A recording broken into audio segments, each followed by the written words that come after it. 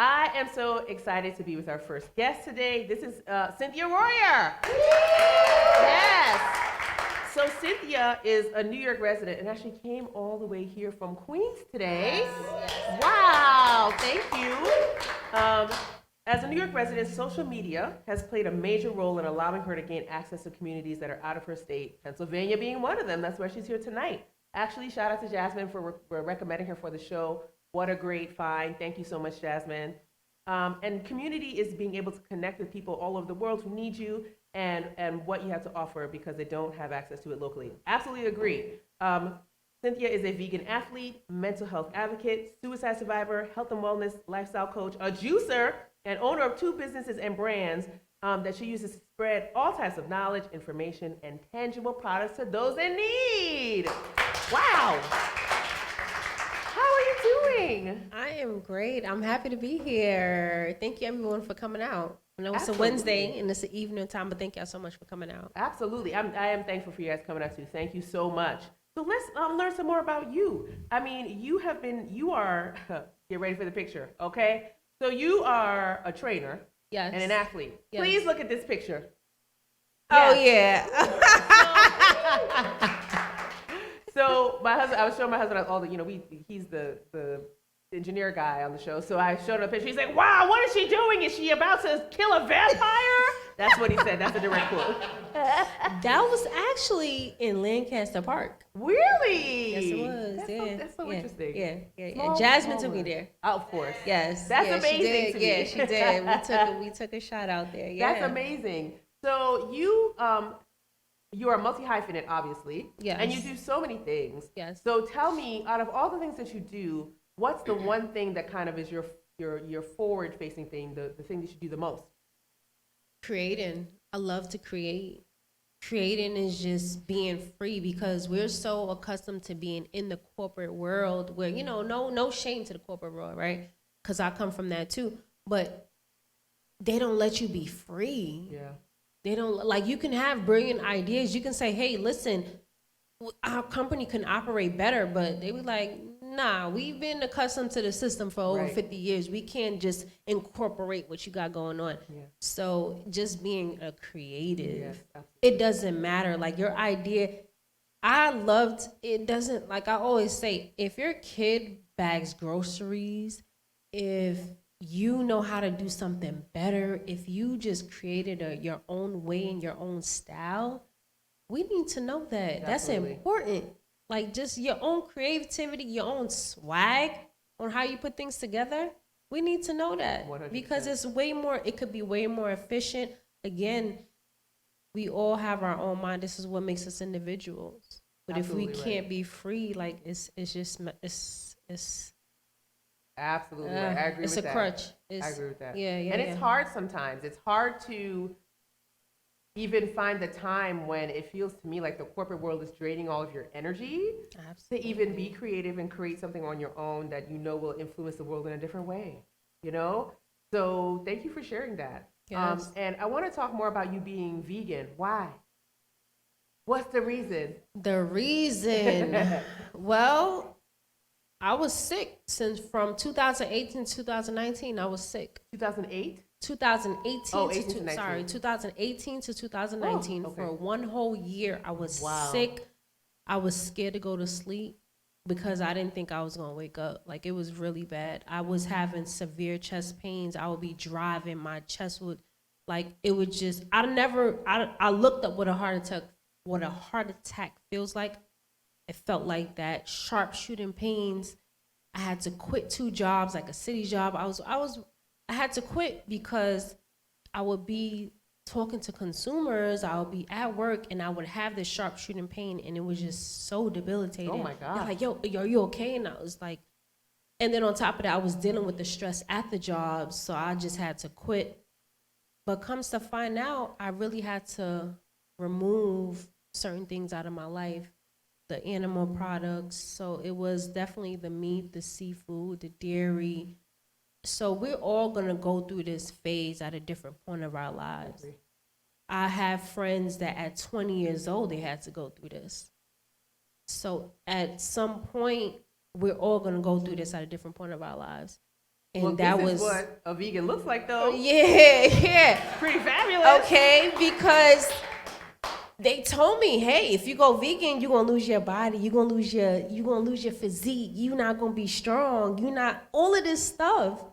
But when I started speaking to my gurus that was in the community that were actually vegan, that they like, nah, you really just gotta remove this stuff. So I went on a fast, a 3-day fast. It was the 3-day water fast where I only consumed a grain amount of water, like over a gallon of water a day. And I was never sick ever again. Wow. Never. Like 3 days. the 3 days, that's all I could do. They said 7, but I was only able to do 3 because we got to understand when we do a fast, right? A water fast, there's nothing really in water. But when you do like a juice fast, that's why I became a juicer. When you do a juice fast, you're putting the vitamins and the minerals from the fruits and the vegetables in your body. Yes. A water is just going to cleanse you. It's going to get all the toxins out, but you got to replenish it. This is how we're able to sustain ourselves. So you got to put the nutrients back into your body. So this is why juicing and smoothies are very important. And at the time, I didn't know what juicing and smoothie was. Yeah. Juicing, yeah, you remove the fiber so it's able to get into your body. Like within 10 to 15 minutes, you get that energy, right? But then when a smoothie still has to break down certain fibers. So it's going to take a little bit longer, but they're both just equally as valuable in your life. That's amazing. Yeah. So tell me more about you being an athlete. Tell me about that. So you changed your life. Yes. You went from being sick to being well. Did they ever give you a diagnosis or anything? They was trying to drug me. All they wanted to do was, I said, y'all gave me all these exams and tests and everything. Y'all found nothing. Wow. Y'all told me I was good. So I was scared, like, all right, am I dying from an undiagnosed disease? Right. So again, I had to take the matters into my own hands, started speaking to people. And I always worked out my whole life because my dad, that's what he introduced me to, right? But once I started that journey, I became stronger, fitter. Like, people don't believe my age.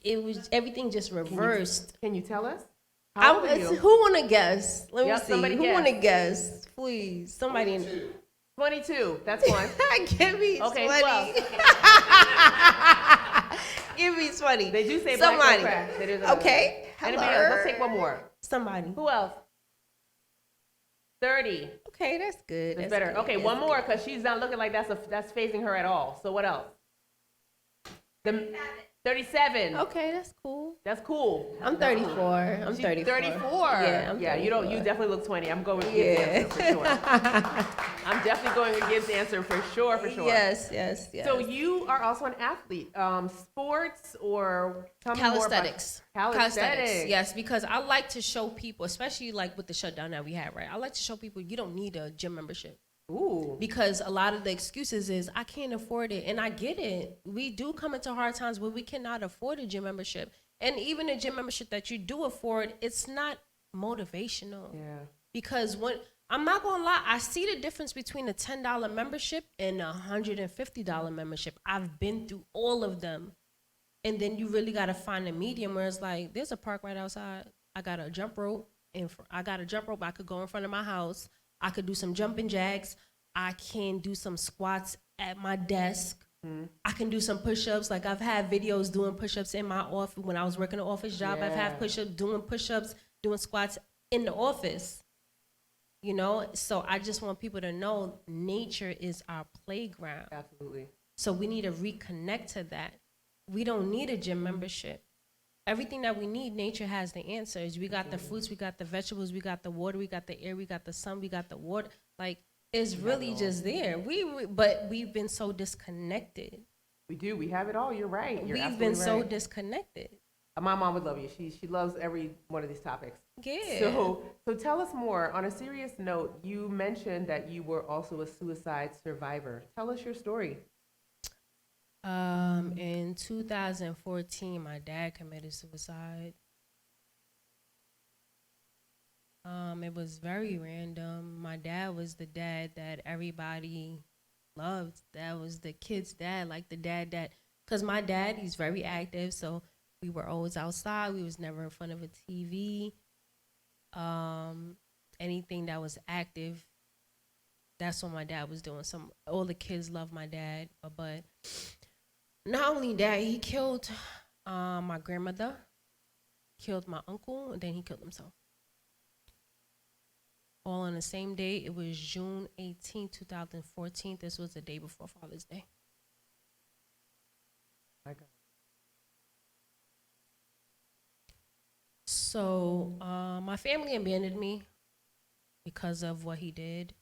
I have a very big family, and they abandoned me because of what he did. I guess, as I did my research, it becomes that's their way of grieving, right? So they abandoned me, and I just had to deal with it on my own. I had to bury my dad on my own. I was young. I didn't have no money. My mentor, God bless him, he gave me money to send to Haiti because they was on vacation in Haiti at the time. So he gave me money to bury my dad. And that was just it. Like, I just fitness. That was it. My dad always told me about fitness, health, wellness, fasting. He told me about all that stuff, but it never resonated until now in my adult life. What he taught me, and fitness was my only best friend at the time. I didn't speak to nobody for 4 years. Then nobody knew my story. They came to the services, but they didn't know my story. I cut my hair. I took all that stress, everything out. So before the services, I cut my hair off. Like, I had hair down to here, and I cut all of that hair off. And as it was cutting it, I felt the stress. I felt everything just coming off of me. And people ask me, "Oh, you're gonna grow your hair back?" And they don't understand. And it's not really for me to tell people like why I cut my hair, why I look like this. It's not really it. Even my own mom be like, "Oh, when you gonna grow your hair back? I wish you." And I'm just like, I don't even have the bandwidth to even have this conversation, right. Especially when that's something you found your freedom in. I found my freedom. But yeah. So fitness, that's how I got into fitness. That's how I started my business, because this is all my dad taught me about was fitness and being active, and it improved my mental health. It saved my life. It literally saved my life. So my childhood bond that I had with my dad saved my life. And I knew about herbs. I knew about spices. Just coming from a Haitian culture, Haitian community, I knew about all of these things. And this is what made me tap into all of these things to start my business, to being a vegan athlete, to realizing, wow, okay, their nature has all of the answers. And it made me happy. When nobody wanted to be around me or talk to me, I would just work out. Like, all right, cool, no problem. Like, I don't want to be looked at as the crazy girl because my family abandoned me.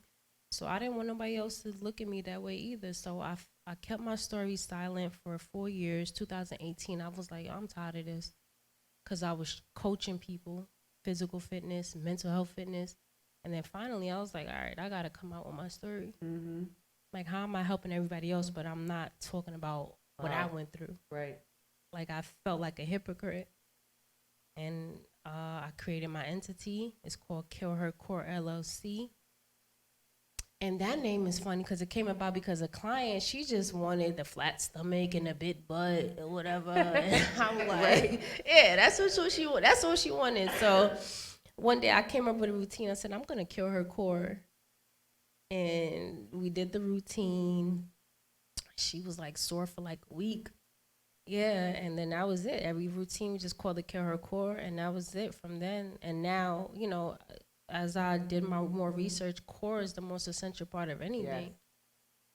The core of a fruit, core of the herb, core of yourself. Like, it's you. Mm-hmm. If you don't take care of your core, the most essential part of the body, you don't have anything. Yeah. Wow. Thank you for sharing that with us. I appreciate it. Thank you so much. So you do health and wellness. You're a mental health advocate. If folks want to get in touch with you to avail themselves of your services, how can they do that? So I do have an e-commerce business and brand, because again, I've been able to reach people in all over the country, like Afghanistan. I had two people reach out to me from Haiti today, from Dubai. It's e-commerce and social media is really big. So one thing I want to tell a lot of people is don't focus on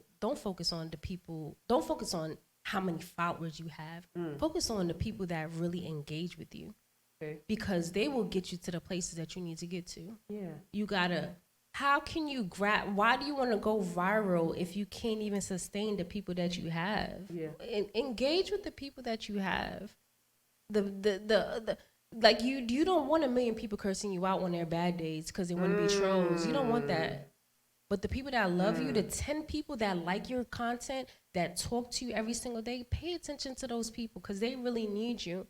And this is how you actually gonna grow. Wow. So if you look at my page, you're not gonna see a lot of engagement, and that's perfectly fine. Because guess what? I know I have consumers in Great Britain, Haiti, Italy, and these are constant people that really spread my name and spread the word. Amazing. Yes. That's that. No, for real. Like I came here from New York off of people that I met off of social media. Literally, actually, for real. So it's like I'm not worried about the amount of.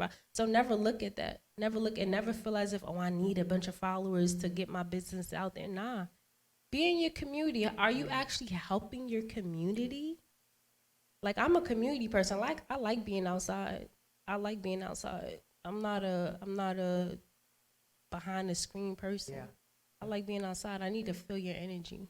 And so what's your Instagram if you want to get, people want to. Right now, the Instagram is KILLHERCORE, Kill Her Core.